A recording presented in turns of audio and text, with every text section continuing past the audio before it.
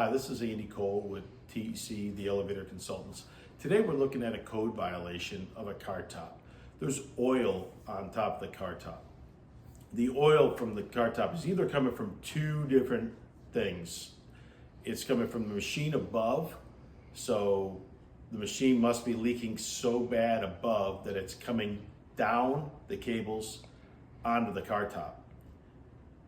That's really bad, obviously, for the cables to have that much lubrication on them and for that much oil to be on the car top. So the other reason you have oil on the car top would be possibly a hydraulic line from a rope gripper that may be leaking, but this is definitely not the case here. You can tell by the color of the oil. This is also a real issue for the mechanic who's working on the car because they can slip, they can fall, they can hurt themselves.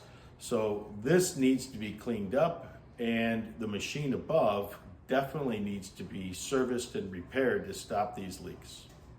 Thank you for checking out this video. Please check out our other videos. If you'd like more information on our company for the Elevator Consultants, you can look at tecvt.com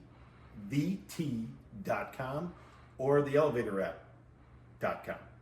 Thank you.